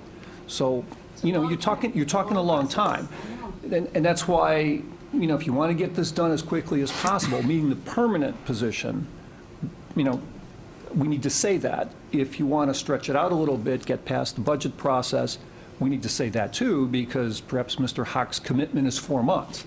If he can't work 7 months, 8 months, it's certainly better you find it out now than we find it out after we get a little bit into the process. And I do not know what his time frame would be, clearly, but it's important to know. Mayor? Yeah, just a couple things you said, Steve. I think my time frame would be, and you don't have to answer this tonight if you don't want to, but, what is your time frame? How long are you willing to give us as interim through this whole process? And if that's the case, if you're going to give us, X number of months, we wouldn't need anybody to start, we just have one person do the search. I'm going to look at Derek as I say this, because I don't think economic development is going to suffer until we get into 45 days, 30 to 45 days. Derek's already handling some things, and I don't think I've had any economic development discussions with them since, pretty much I got to this point. And again, I could certainly do this job. It's just that it's going to have repercussions elsewhere. So, I like to do the job I do well. I don't want to do 2 jobs poorly, I guess, is my reluctance to say, 6 months, no problem. It's not. It's going to have an effect. But with that said, I will do this as long as you need me to do this. Thank you. Mayor? And when it comes to Mr. Hack, there's a question, and we need clarification on it. Again, we don't have a crystal ball. That's why I'm using, and it seems that's a common estimate, 6 months. Could be 7, could be 5, but 6 months. Mr. Hack, I don't know about his retirement from whatever they have. I don't know if the Michigan is IMRF too. IMRF allows for 600 hours in a year without penalizing your pension. And a 40-hour week, because you guys want to hire him not just as a project manager to manage the search, which could be a 10 or 15-hour-a-week job. He's going to do the full job. That's 3.75 months before he starts to see an impact on his retirement, on a 40-hour week. Absolutely. One could actually suspend their pension to take a Right, but we don't know full-time if he job and wants go to. back. So Right. there wouldn't be an effect in that scenario. Right, he would stop receiving his pension. Right. Which means he would make less, because the whole idea of bringing somebody in from interim, when you use retired people at times, is to bring them in at a lower salary, no benefits. His pension, now he also may have health, benefits under his pension. That's probably suspended too. So, I think we're here, and I want to get back focused on that. On A, do we have enough people here that want to consider him? And if so, then you still have to interview him. I don't know what he's been doing for 2.5 years. I don't know, any list of a million things could have happened that we might say, oh, wow, that happened since then? Well, no, thank you, right? Yeah. We don't know. I've only been in contact with him that one time on Wednesday. I haven't And, talked to him. So we need he to left actually, there. I think, have a straw poll like we did. Do we even want to consider him with all these questions out there? Mayor, if I may, it seems that we have not had the conversation with Mr. Hawk, just one or two people. Somebody, I don't know, one of my colleagues said, what about getting him on a conference call with all of us? Mr. Turk said that. Yeah, with all of us, and we can see where Mr. Hawk is before we, track off, and see exactly what his limitations are. Maybe none, maybe many. And so that could eventually, kind of change our process. So, if we could do that ASAP, to kind of get a feeling where, Yeah, if we can or if we can't use him, and then, going on down the road from I there. thought he'd be here tonight, so I guess he wasn't Did he get invited, a- but I thought he was gonna be here tonight. I also would like to speak with him, like, when you talked about rumors, I've heard rumors too, so I'd like to Yeah. talk to him. Yeah, so let's talk to him. But, would he be available to come? I could next work, week. I could work with HR. I mean, why do a conference call? Get him in here. If you want to talk to him. I think, it's one thing to be on the phone, it's another thing to sit in front of a Exactly, group to yeah. do the interview Gotta- process. Yes, Jan. Before we do that, don't we have to post the position? Because I'm reading the special requirements, and it's worded incorrectly, okay? It's supposed to say, go under special requirements, okay? And it says, must reside in the city of Joliet corporate limits within 1 year from date of hire. Okay, that's for the regular city manager. Then it says, must be available around the clock to respond to emergencies. And then it says, interim city manager must reside within the city of Joliet within 1 week of appointment.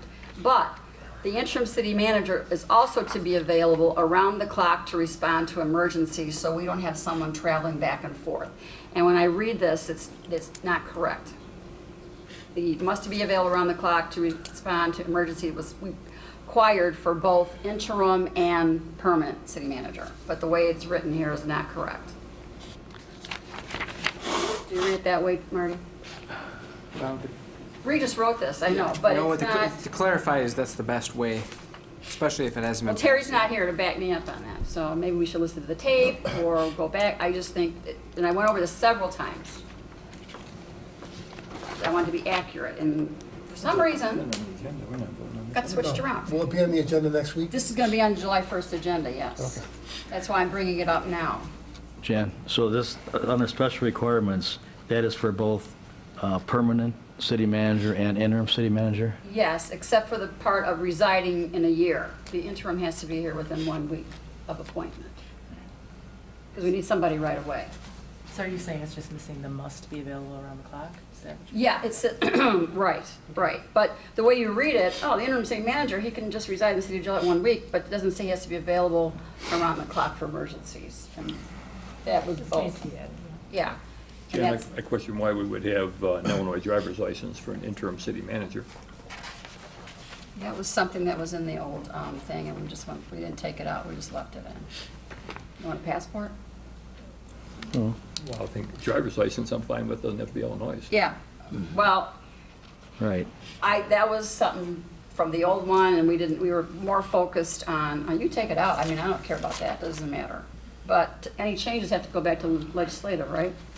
except for the, what I just told you, because that's what we talked about.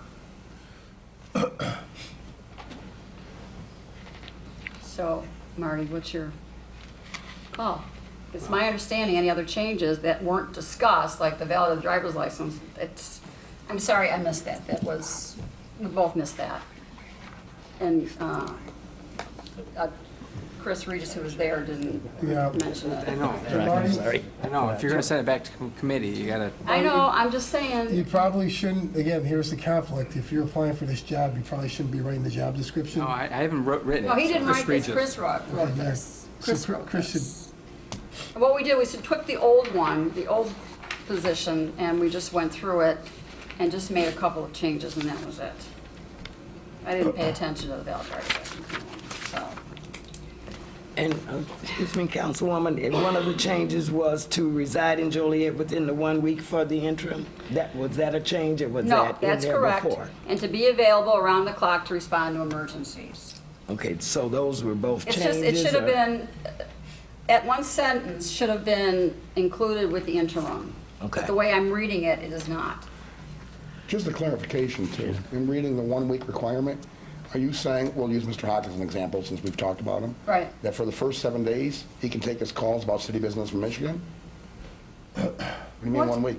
That he can stay in Michigan for up to 1 week? say live. Well, until you find a place to live, I think 1 week to find a place to live down here, yeah.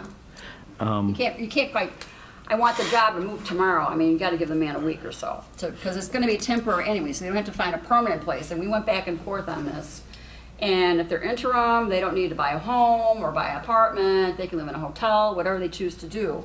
But they have 7 days to get their affairs in order if they want this temporary job. So he could be hired as a city manager and actually physically not be here for 7 days. Interim, Right, for interim city manager. yes. And that's not what be we here for just- 7 days. I said must reside. Must reside. Not, So are we saying that he must have a residence, that he obviously would be required to come down here immediately and stay in a hotel and start doing his job? Right. Immediately, and then find a more long-term solution? He can commute for a week if he wants to, okay? We gave him the week up until they find he or she, okay, if we don't get Mr. Hawk. And they have to live in the city of Joliet within 1 week of accepting the job. Temporary. You're gonna find a place, they might have relatives here for all we know. And the only other question I have, and then, you guys can push it forward as you see fit. Anybody else object to hiring back a retired employee to double dip? I object to that, and I won't support it for anybody. Anybody else object? Anybody else bothered by that? Well, I don't much care for double dipping, but if they have to suspend their pension, I could think about it, After 600 hours. yes. So for the first 3.73 and 3/4 months, they don't have But to. maybe he's already been working, he or she have been working already this is already gonna be July 1st. They might Jan, already have that in. Excuse me, one question. Was this in here, the last one, the 1 week, or is that new? The 1 week? We had no interim city manager job description. Oh, okay, so before. this is new. Right. And I'm hearing Mr. Hawk lives in Michigan. Well, I could, there's parts of Michigan we can be within an hour of being in Michigan. I mean, is he 7 hours up in Michigan, Well, or we is don't he know 1 that hour he's in gonna Michigan? get the job. This is No, to I'm just pertain saying. to anybody. I mean, like you that said, might live if he's an hour away, he can commute the first week. The first week, yes, Yeah, within a that's what I'm week. saying. Yeah, Yeah, they have a yeah, whole week to yeah, do that. yeah. Yes, correct. But we didn't want to hire a city manager interim, let me get that clear, if they're gonna live in Iowa or Galena, and travel back and forth every day, because in the middle of the night, we have emergencies. There was that murder, there was a couple of fires where the city manager was at the scene, and we can't wait for somebody to come in 3 hours or 2 hours or whatever. So we gave the interim city manager 1 week to get their affairs in order to come here, and then this both applies to the city manager as well. Because where was it? There was a city manager, there's a big deal in Florida. They had a big thing with Mr. Thanis in Florida not too long ago. They wanted to hire him, but he was gonna commute every day for 2 or 3 hours, and that council voted him down. So that's where I got this idea. I thought that could happen, and we don't want that. We want somebody here 24/7, and right now, this job is too important to have someone commute back and forth. And we would still have our deputy city Correct. manager for a week. Correct. If that was For the a week, case. yes. And on top of that, if someone's commuting for a week, I mean, we have the deputy city manager, and we also have very capable department heads who keep things Exactly, running. for 1 week, Yes. yes. Yes. But the other city manager has a year to move here, Steve? permanent. And Councilwoman Quillman sort of addressed it, but keep in mind, if you're hiring interim, I mean, chances are, okay, if I knew it was going to take me 3 weeks to get here after the council said, thumbs up, my effective date would be the date I'm moving. So in effect, the 7 days becomes kind of a moot point if it's someone coming from out of state. But long-term, I mean, this affects this job description, whether we're talking about Mr. Hawk, whether we're talking about Mr. Shannon, whether we're talking about Mr. Jones, who doesn't live in town. And any number of people, a good job description is going to apply to everybody. What if it was someone from Plainfield? What if somebody had a city manager career and, they retired, they live in Plainfield? Do you expect someone to move to town, within a week to take on a job that's going to be a temporary job? So, think about the big picture. I get it, it's important that someone's doing 24/7, it's important that people have a presence, if there's an emergency, they can be counted on, but in effect, would you really exclude someone who might be your best candidate if they live in Plainfield or Bolingbrook and they could easily do the kind of full-time work here as an interim, but this would prevent them from even being considered? So again, it has nothing to do with Mr. Hawk, I'm just saying, with Mr. Hawk, he's going to set his first date to meet this requirement. But if it ever happened again, you kind of have a problem. Should we be satisfied with putting unless you are within a certain mileage? That would solve that problem. And I guess with that said, we've got everything that's been discussed from Illinois to how we're phrasing it. Perhaps this should go back and kind of get tightened up a little bit at the committee and then come back. Because I think everyone has some ideas. If we come across with some additional drafts and, propose some new language or added language, then perhaps people would be a Okay, little this more has to comfortable. go back to legislative committee. Yeah. You're Yeah. done. So, once again, we're prolonging the process. Well, if there's some quick language, I mean, even if the committee hasn't approved it, we could come up with something like this in the agreement with Mr. Hawk or any other interim candidate, so that really the will of where the council wants to go is reflected in their own agreement, and then when this thing gets adopted later on by full council, then you've got that covered. So it's not a question of slowing down the process because of this, it's a question of incorporating this into that agreement and then doing the No, cleanup I later. understand, but I'm just saying, any changes we make to this now has to go back to legislative. That's the proper channel. Right. And then we have to look at it, review it, talk about it, and then send it back to council. Right. So it's not going to be then, if we're going to make those changes, it's not going to be on the July 1st. But it doesn't necessarily slow down your process with regard to retaining an interim. It just needs to be ready by the time we're working a contract with him. You can't post it without approval. It may not change. An interim, you don't necessarily have to post this. Then why did we do it? I had nothing to do with the revisions here, so I don't know the answer to that. Councilwoman, correct me if I'm wrong, but what you and Councilman Morris at the committee were establishing was a commitment to the city. Right. I don't think we should water it down. I hear what you're saying, Steve, but this doesn't normally happen. Most everybody, including Mr. Thanis, so forth and so on, most everybody says, I'm getting ready to retire. I will I have my final date and help you through the process. It doesn't normally happen. Could it happen? Sure. Didn't have to happen this time, but it did. We have somebody who lives in Joliet. So I don't think we should water down the commitment, because commitment's the most, we didn't get commitment out of Mr. Hawk. We said, could you please stay and help us through this process?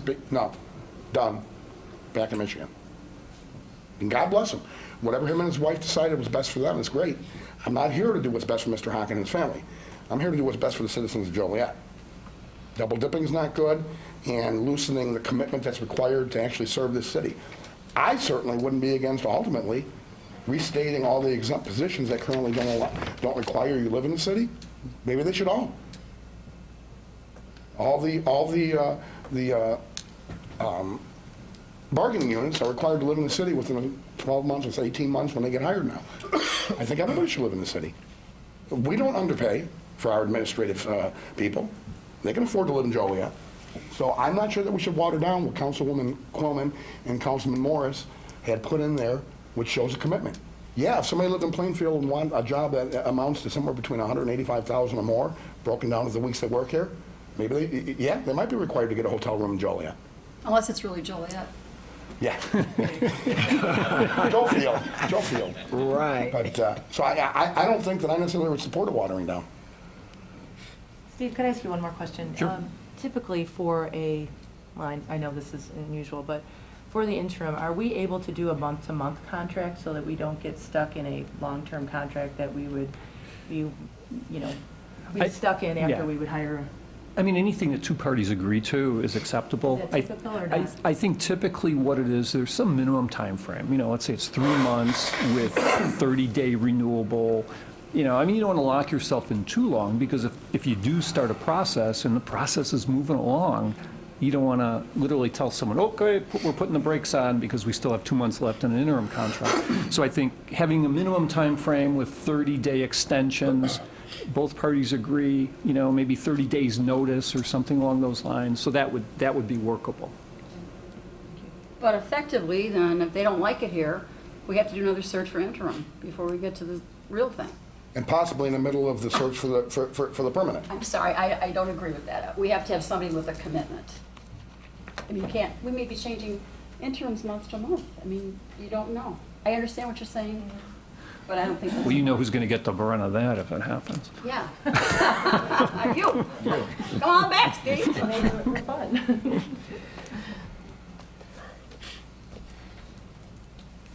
I think that's the problem with having an interim city manager if you're going to go outside just for temporary.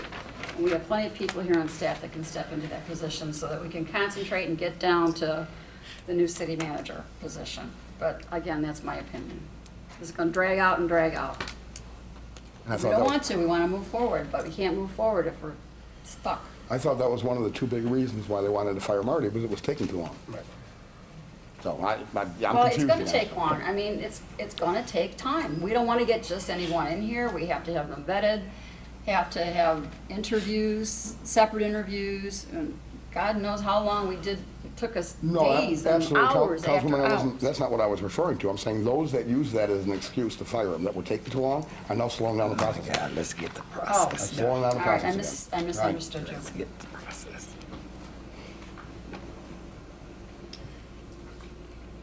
So is the consensus to have Mr. Hawk come to the next meeting so the council can speak with him?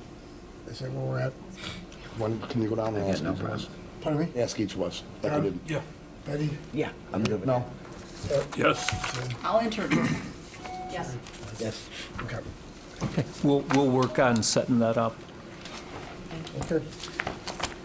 In the interim, too, I'll work with HR. We'll put together some questions, some issues, some things for you to think about, sort of a little guide to help you get through this process so that there aren't any loose ends that, may kind of slip between the cracks. So we'll work to make this as painless as possible.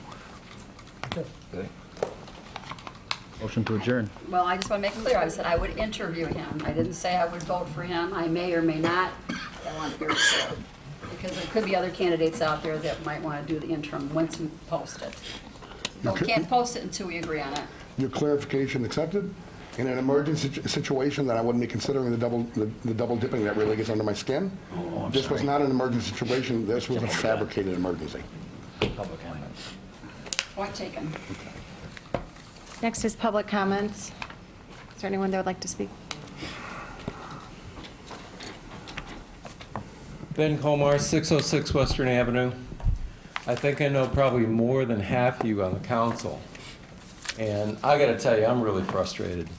I've been on a number of boards of directors. I'm currently a union trustee. And I got to tell you that the Opens Meeting Act scares the heck out of me.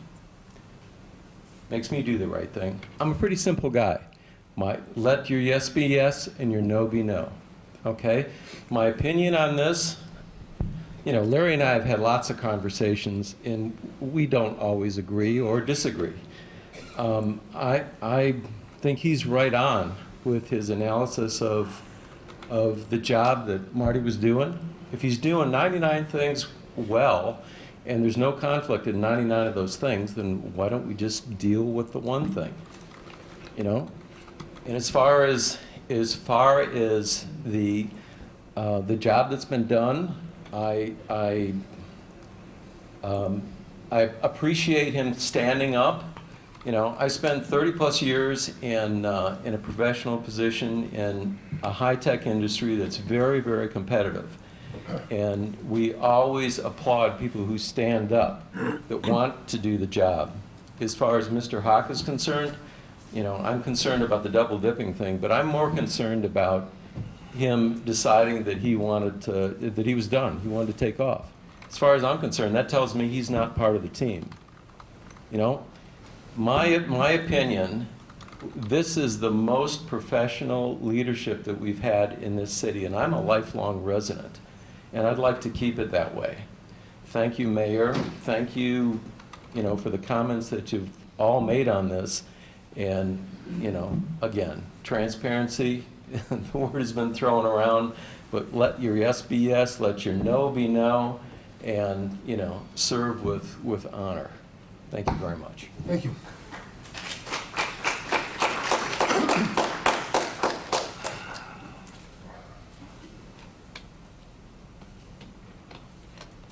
My name is Mariana Perez. I live at 226 Comstock Street. Which mic is it? That one. I live at 226 Comstock Street in the St. Pat's area. I first want to thank the 5 of you that stood for transparency. Thank you for opening up the process. I think this is important to all of us constituents. I want to say that I served on the board of directors with the Spanish Community Center for 4 years. We've never done what has happened today. It's quite embarrassing to see everybody go into putting each other down and all the low blows. I mean, there's no need for that.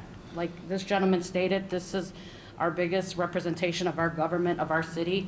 We got children dying. We got increased violence in our communities. We got bigger things to worry about. I've lived 20 years in my home in the St. Pat's area. I bought my home when my son was 2 years old. He's now gonna be 23. It is shameful what is happening, and I understand. I've done for 20 years staffing. I'm a human resource manager. My job is to pre-screen candidates. I've worked for Kelly Services. They have a HR profession dedicated to looking for positions like this as well. There's so many sources out there in Chicago that you can tap into. There's no reason it should be so expensive. There's no reason the way it's portrayed to the community that this is so time consuming. You have Mr. Jones here who's willing to step in interimly, as long as his job can be, you know, given to someone else and he can have some help so that he can take this on to avoid all of this. And that's just being ignored. I, for 20 years, have worked in staffing. I've taken other jobs. I've cross-trained. There's nothing different. You know, 85% of this community is blue collar. We can barely afford to pay taxes, bills, and things that we have going on. There's people sitting at the city, working at the city, making over 100 grand a year. There's no reason why they can't pick up a little slack, you know, when we need it. I mean, this is what the community needs. So if he's willing to help in the interim, during the selection process, I think somebody, you know, should cross-train and help him out, take his job duty so that he can help everybody else out, and you guys can continue to focus on what's really going on in our community and helping us protect our children. Thank you. Thank you. Is there anyone else that would like to speak?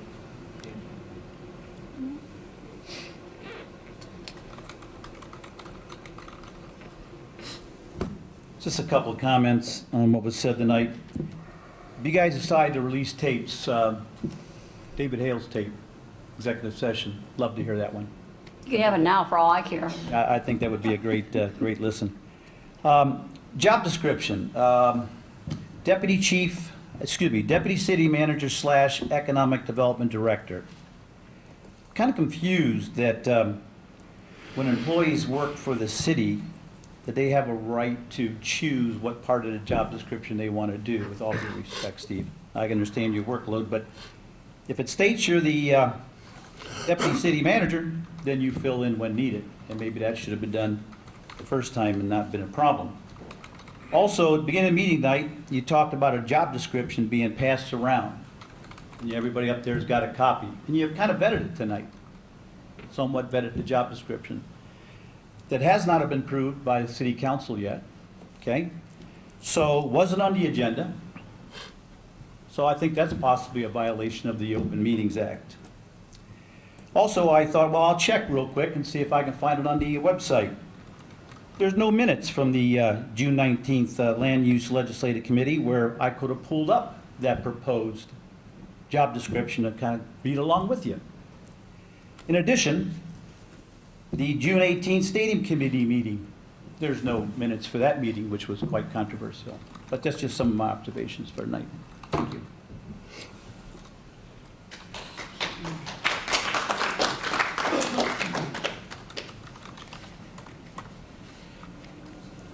Good evening. My name is Tim Duda. I'm a resident of District 2. I live at 4305 Thornwood Lane in Plainfield, Illinois, which is in the city of Joliet. As we like to call it, Joel Shorefield out there. Interestingly enough, Councilman Hug laid out a plan and a procedure that you had put in place between the 4th and the 18th. And I was waiting for someone to refute that procedure.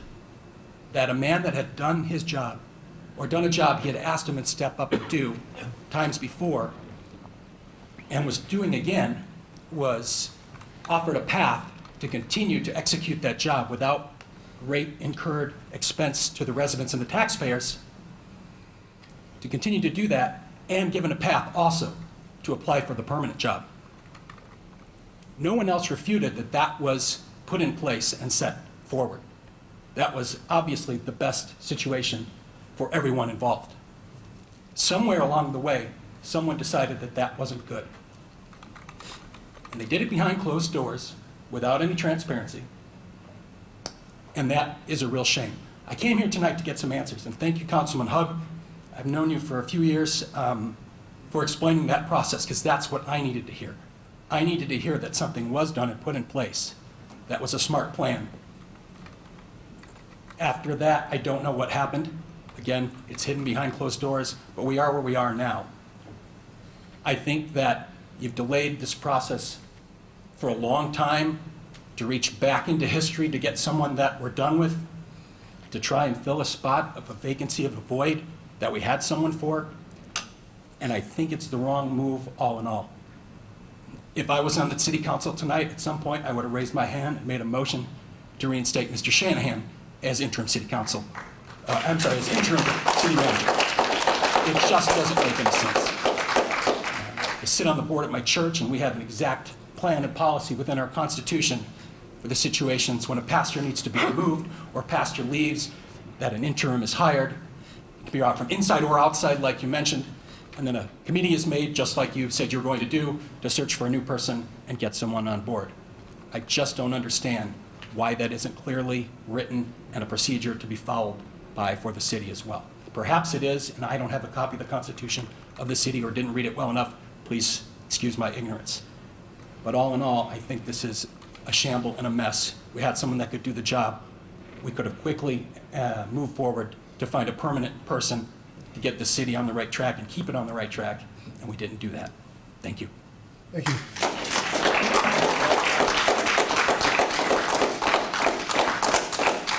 Is there anyone else who would like to speak under public comments?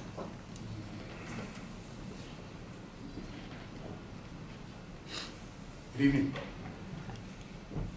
Mayor, Good evening. council. I wrote a few things down, and I don't really know how to. My name's Larry Crawford. I live at 613 North Hickory. The newly Reverend Larry Crawford. Yes. He just was inducted. For about the fourth time, you know. Thank you very much. I'll try to wear that honorably. Yeah, God bless you.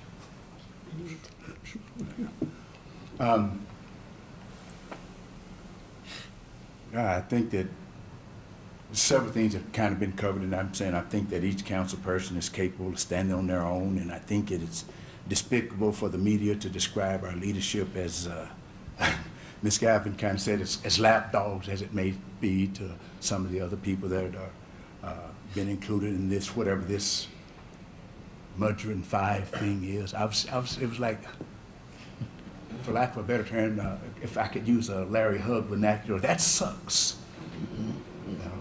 Because I know Mr. Dickerson, I know Ms. Gavin, I know Mr. Mudrin, I know Ms. Reardon, I know Mr. Turk, and very respectfully, they've represented their districts and honorably, and the city, when you're talking about a guy whose responsibility is not just one district, but all of the districts. And so I think that we have to be careful that we don't allow those kinds of media displays to reign on the excellence of this kind of service. And I salute each of you who have been kind of categorized. It doesn't undermine the value of how those folks may have gone, but I think the integrity of each individual cannot be lumped into a category that makes them subservient to anybody on this council. And I would say that.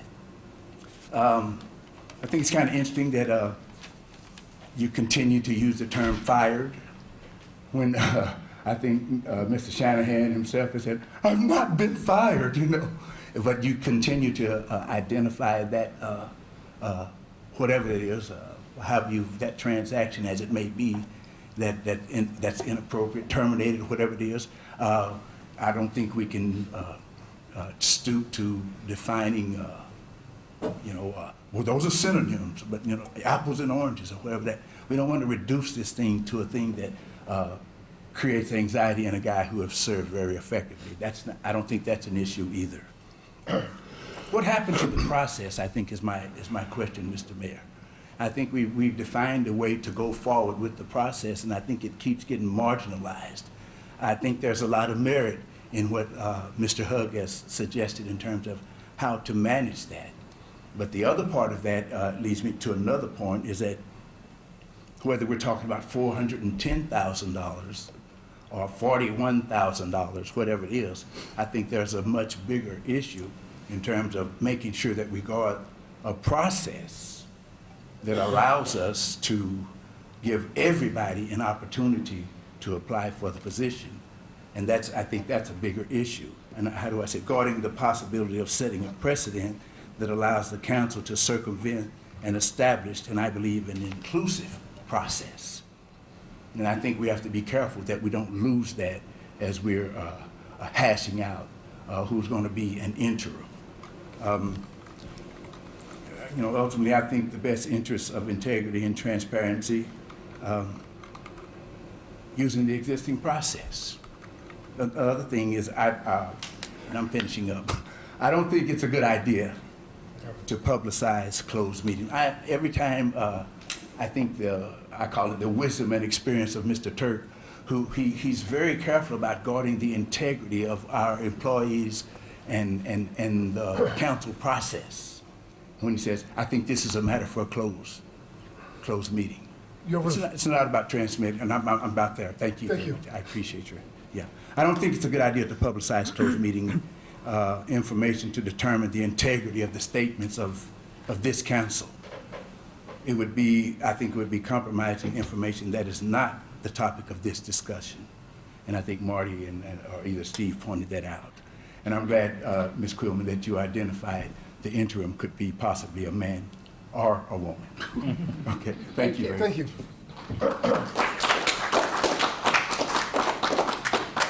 Is there anyone else that would like to speak?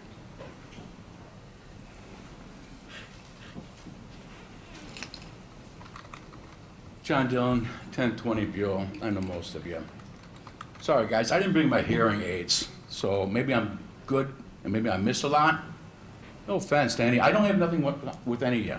But it's like a dog watching a dog chase its tail all night. There was no motions made. Nothing was decided. You attack each other. That's fine. Hey, you know what? Sometimes you win the vote. Sometimes you don't. Mudrin 5-1. I love the name, Pat. It's like the Mafia Don up there. But expect, okay, you guys decided. That means you guys did the vote. One of you should have made a motion and said, let's get a company going. Real quick information. IMRF. Who's read the pension bill? Anybody? Raise your hand if you read the pension bill. IMRF pension. Here's the laws.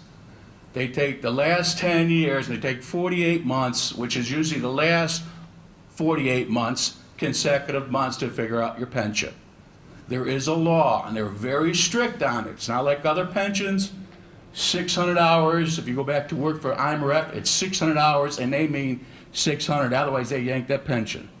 No, you stop your pension. We got to recalculate the pension. It's 48 consecutive months. How do you think they're going to calculate that pension at 48 consecutive months if you work for 3 or 4 months? Think about it. Somebody better call IMRF and find out what the rules are, and they are very strict. And if I don't call, I know there's a dozen people that will call and say, hey, he's working extra hours. You know, what's going on? It's a fact. It's life. Other fact, insurance. Somebody mentioned insurance. Hawk has insurance, just in case you did hire him back. He had it the first time he came here. His wife has it. Fact, Hawk's not broke. He's got an IMRF pension. He needed 3 years when he came to the city. He got him. He already had 5. It's 8 years to be vested. He got a second pension. I do agree with I do agree with you wholeheartedly, Larry. Double dipping. First pension's out of Michigan. That's the first main pension. Then you got IMRF. Then his wife has a pension teaching. And I think they're pretty happily married. So I'm sure she shares some of that money with him. So I'm sure they're financially okay. I mean, I wish I had 3 pensions coming into my household. That's a nice gig. Mike, you've been on for a long time. Answer me a question. Were you on after or before Measure came here? After. After.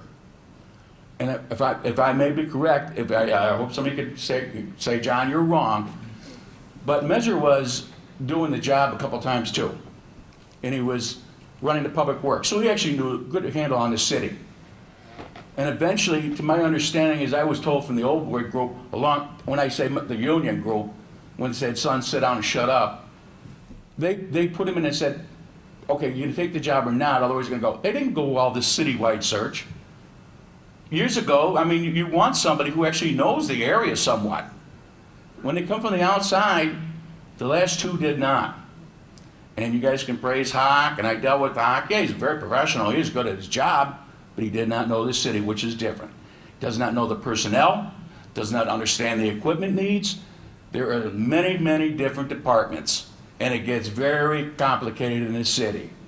And I hope you guys, if you guys are going to want to do a search, but hire a company, make a motion, let that company go, and look for somebody within the city that actually knows what goes on in the city, the old, the new, and we're so far west. The city is huge. As far as living in the city, it'd be nice, Jan, but you know, it takes about 45 minutes to an hour to drive, depending on where you're in the city. That's why, as unions, we always said, residency, what's that? We could live in Tumbuk all the way out here. It'll take me still 45 minutes to get to my job.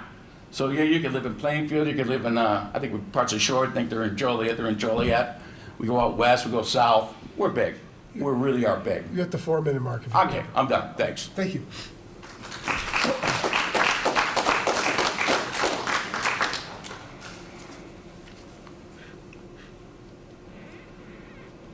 Good evening, Mr. Mayor. I just want to say, first of all, that it's been a very emotional issue. I was glad that I had the opportunity to talk to Mike Turk. Mike and I have been friends for 35 years, and it was a little heated, and I was glad that we shook hands and that we're still strong friends as we have been for many, many years.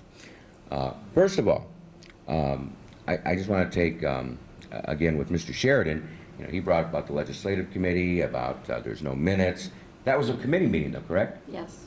It was a legitimate committee meeting, which was a public meeting. But the meeting that took place between, the discussion that took place between Mr. Mudrin and Mr. Hawk was not a public meeting.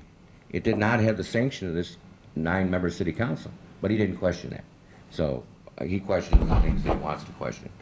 I just hope that moving forward, that that it's an actually open process, because that wasn't an open process, that wasn't transparency, and the people that call for transparency did not one time criticize Mr. Mudrin for having that discussion with Mr. Hawk and saying that there was no transparency and there was no openness. They didn't question it because he's part of that fire.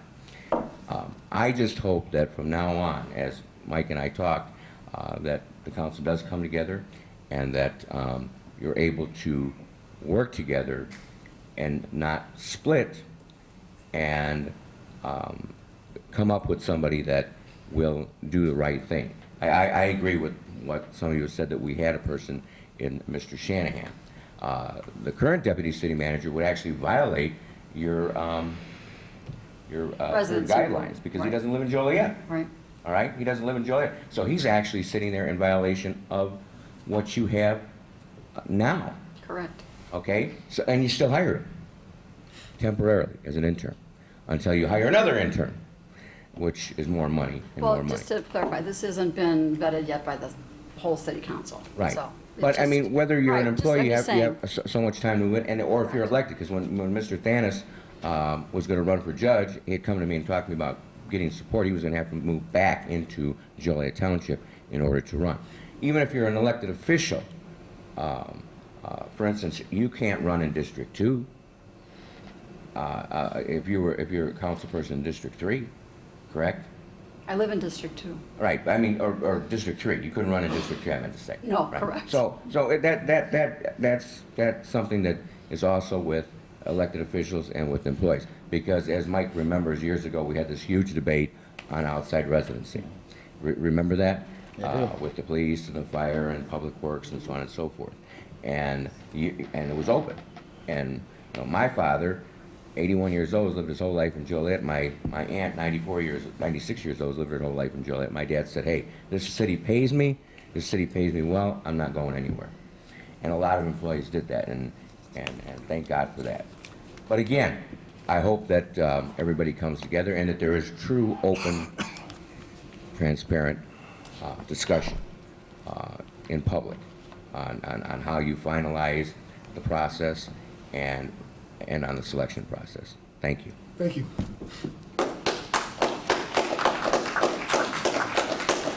Is there anyone else that would like to speak? Sherry Kirchner, 8101 Blue Stem Avenue, Joliet. I know it's been stated, what is the motion? Could you tell me the motion again that was made regarding Mr. Hawk? It actually is a special meeting, so there can be no motion No tonight. motion? The item on the agenda was discussion. Okay, just So, discussion. because it's So- a special meeting, there can be no motion this evening. Okay, thank you. My question is once you bring, well, Mr. Jones was directed to go ahead and bring Mr. Hawk here? Was that? Yes. That it, Mayor? Yes. Okay, and once Mr. Hawk is here, what is the process going to be then? Steve? What I had suggested was, in lieu of a conference call interview, that we actually bring Mr. Hawk in, and council could certainly interview him in executive session as they would, a permanent person. So, in fact, that he's interim, there's still a process for them to decide that, he's the right person at this point in time.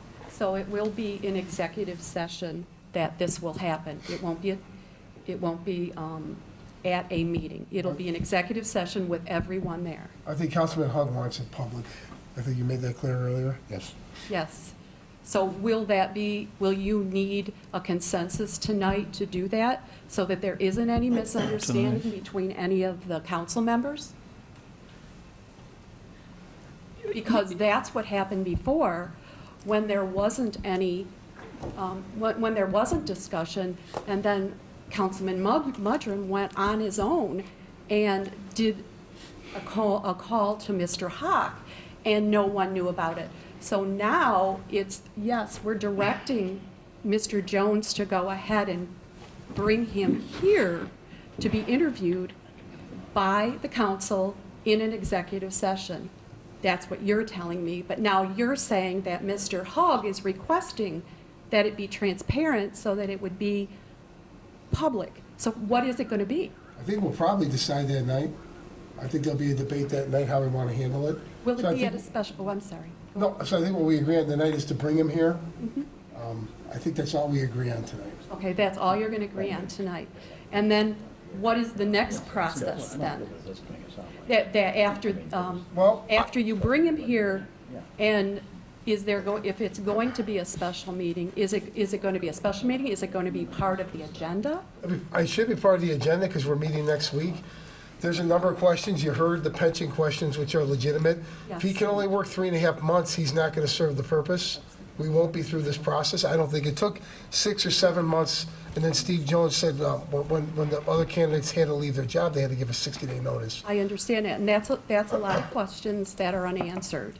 And so to put this on Mr. Hawk's shoulders now, and to bet on Mr. Hawk right now as your candidate, there's too many questions. So if you're going to open it up to just him right now and interview him, why have a process of an interim man? I mean, what's the next thing? The mayor wants to bring somebody in to interview. So then we're going to have another meeting, or we're going to have that on an agenda too, so that the whole council can be on it. Something isn't right here that we're not getting the whole picture, everybody. We aren't. Valid points, very valid We points. aren't. Yeah, they too. And before we can do anything, we still have to have this without saying it again. Something has to go July 1st to the council meeting to be vetted out, and if we don't like what that something is, it has to go back to legislative. Exactly. You're absolutely correct. And I don't, I'm not I don't want to throw a monkey wrench in it, but I've sat, like that gentleman said, I've sat through this tonight, and there's been a lot of discussion, but there's been no finality to anything. And I know there's no motions or anything like that, but it's going to be the same thing at the next meeting then. You're bringing Hawk in. Hawk says, I'm sorry, but you know what? Yeah, you're right. I can't work that many hours. So you're back to square one. Mm-hmm. But then Councilman Quillman says that we have to have this interim and the regular city manager description back to council, or back to your committee. Correct. So then you're going back again. So yes, Mr. Jones has indicated that he is going to do you a favor by being your interim city manager, but on his terms. He was hired as a deputy city manager, and it's been pointed out in another meeting, and Chris Regis said that at the last meeting, what his job description was, to step up in the absence of a city manager. Not with any stipulations. It's his responsibility. And I understand that he has a lot on his plate, and he has an assistant. So I would hope that you would take that as a sign of his commitment, but on his terms. And then you're asking Hawk to come in maybe on his terms. You can't do that. You have to have this person step up and do their job as an interim while you find a person to go ahead and replace your last city manager. And I appreciate all your discussion here tonight and your commitment to your jobs. And I appreciate it because I worked here for 22 years. And this Mayor, can we is the interrupt? last time, I understand, Okay. this is the Timing. unfortunate time in my life that I've seen a council divided like this. And I usually don't come to meetings, but I wanted to come tonight. And my husband told me not to speak, and I appreciate it because he still works here yet. And please don't hold anything against him. So I appreciate it. Thank you so much, and I appreciate all your Mayor, Well said. Mayor, ma'am, thank you for coming up here. And if I can summarize what you're saying, is it almost looks like maybe the council shot itself in the foot, which was a starting gun for a process that wasn't thought through correctly. Yeah, in the first, because Marty shouldn't have been in that position to have to be removed in order to apply for the position that he has been holding twice before. You are seeing things clearly. Thank you.